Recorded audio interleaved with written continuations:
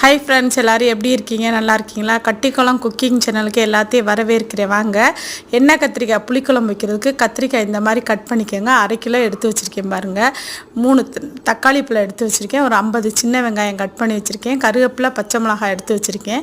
வாங்க வீடியோக்குள்ளே வாங்க. புளி இவ்வளவு புளி ஊற வச்சுக்கிறோன்னா ஓரளவு சின்ன நெல்லிக்காய் சைஸ் இல்லாமல் பெரிய நெல்லிக்காய் சைஸ் இல்லாமல் புளி எடுத்து ஊற வச்சுக்கிறோன்னா இப்போ எண்ணெய் 3 குழிக்கரண்டி எண்ணெய் ஊற்றி சோம்பு வெந்தயம் போட்டு தாளிச்சிக்கிறோன்னா தாளிச்சிட்டு பெருங்காயத்தூள் போடணும். காரக்குழம்புக்கு பெருங்காயத்தூள் போட்டாதே நமக்கு உரப்பு இந்த மாதிரி இருக்கும்போது உடம்பு வயிற்றை பாதிக்காது.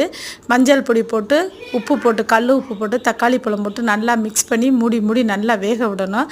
வெந்து நல்லா மசிஞ்சு வந்த பிறகு கத்திரிக்காயை போட்டு நல்லா வதக்கி விடணும். உப்பு எல்லாமே அதிலே இருக்கிறதுனால நல்லா வதங்கி மூடி வச்சு நல்லா வதக்கி விடுங்க. வதக்கி விட்டு வீட்டு மசாலா போடுங்க. என்னோடய மசாலா நல்லா உரப்பு இல்லாமல் நான் செஞ்சுருக்கேன். குழந்தைங்க சாப்பிட்ற அளவுக்கு 1 கிலோ மல்லிக்கு 1/2 கிலோ மிளகாய் போட்டு தான் செஞ்சுருக்கேன். சூப்பராக இருக்கும். என்னோடய பொடி எங்கள் குழந்தைங்க சாப்பிட்றதுனால அந்த மாதிரி செஞ்சுருக்கேன். இப்போ நல்லா வதங்கின பிறகு புளி தண்ணியை கரைச்சி ஊற்றிடுங்க.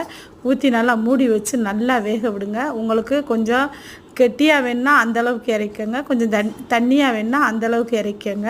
இறக்க போகிற நேரத்துக்கு பச்சை மிளகாயும் கருவேப்பிலையும் போடுங்க. நான் புளிக்குழம்புக்கு எப்போயுமே முட்டை சாப்பிட்டா சூப்பராக இருக்கும். 4 முட்டை அந்த குழம்புக்குள்ளேயே நான் கழுவிட்டு வேக போட்டேன். உங்களுக்கு அந்த மாதிரி செய்யணும்னு தோணுச்சுன்னா நீங்களும் அந்த மாதிரி செய்யுங்க. காரக்குழம்பு சூப்பராக இருக்கும். இது செட்டிநாட்டு எண்ணெய் கத்திரிக்காய் புளிக்குழம்பு டேஸ்ட்டில் தான் நானும் செஞ்சுருக்கேன். ஓகே ஃப்ரெண்ட்ஸ், எங்கள் சேனல் பிடிச்சிருந்தா சப்ஸ்கிரைப் பண்ணுங்கள், லைக் பண்ணுங்கள், பெல்லைக்கானை கிளிக் பண்ணுங்கள், கமெண்ட் பாக்ஸில் கமெண்ட் பண்ணுங்கள். எங்கள் சேனல் பிடிச்சிருந்தா ஷேர் பண்ணி விடுங்க. பாருங்கள் எப்படி இருக்குன்னு குழம்பு. இதே பக்குவம் தான் சூப்பராக இருக்கும். இந்த அளவு செஞ்சு பாருங்கள். Okay bye.